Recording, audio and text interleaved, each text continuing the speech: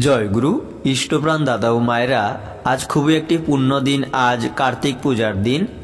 দেব সেনাপতি কার্তিক প্রসঙ্গে, তাছাড়া কার্তিক পূজা সম্পর্কে পরম দয়াল কি বলেছেন, এই ছোট্ট ভিডিওতে গুরুত্বপূর্ণ তথ্যগুলি জেনে নেব। শ্রী শ্রী ঠাকুর বলেছেন, কার্তিক হলেন দেব সেনাপতি।